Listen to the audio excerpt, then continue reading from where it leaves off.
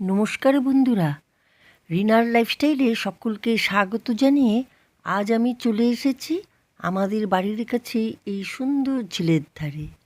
কখনো কখনো জীবনের ব্যস্ততার মাঝে একটু থেমে প্রকৃতির দিকে তাকিয়ে থাকা খুব দরকার। তাই আজকের এই ছোট্ট সময়টা আপনাদের সঙ্গে ভাগ করে নিতে চাই।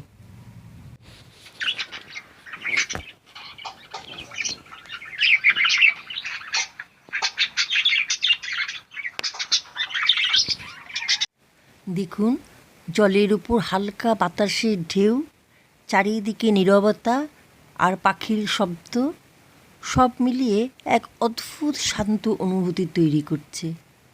প্রকৃতির মাঝে বসলে মনে হয় আমাদের অনেক চিন্তা যেন নিজের থেকেই হালকা হয়ে যায়। আমরা প্রতিদিন কত মানুষের মাঝে থাকি, কত কাজের মধ্যে থাকি, কিন্তু নিজের সঙ্গে কথা বলার সময়টা অনেক সময় পাই না। এই ধরনের একা সময়গুলো আমাদের মনে করিয়ে দেয় জীবনে সব কিছু দ্রুত নয়, মাঝে মাঝে একটু ধীরে চলাও খুব দরকার।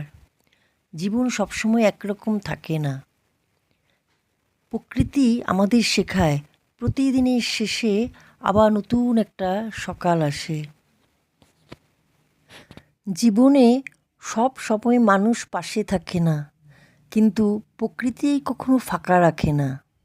মন খারাপ হলে আমি এখানে দাঁড়াই, এই জল, এই হাওয়া চুপচাপ আমাকে শান্ত করে দেয়। ঝিলের জল কখনো তাড়াহুড়ো করে না, তবুও নিজের গন্তব্যে পৌঁছে যায়। হয়তো আমাদের জীবনেও তেমনি হওয়া উচিত। সবাই ভাবে একা মানেই কষ্ট, কিন্তু কখনো কখনো একা সময়টাই নিজেকে খুঁজে পাওয়ার সবচেয়ে সুন্দর সুযোগ।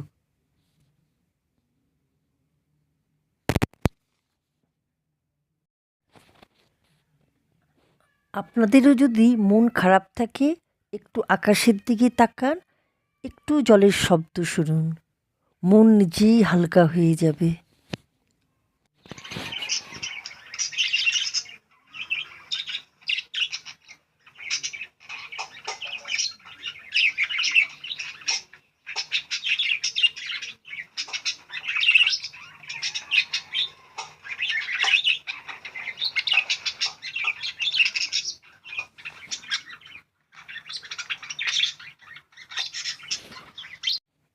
দেখুন, এখন ধীরে ধীরে সূর্য ডুবতে শুরু করেছে, দিনের আলো কমে যাচ্ছে, কিন্তু এই সময়টাতেই প্রকৃতি যেন আরও সুন্দর হয়ে ওঠে।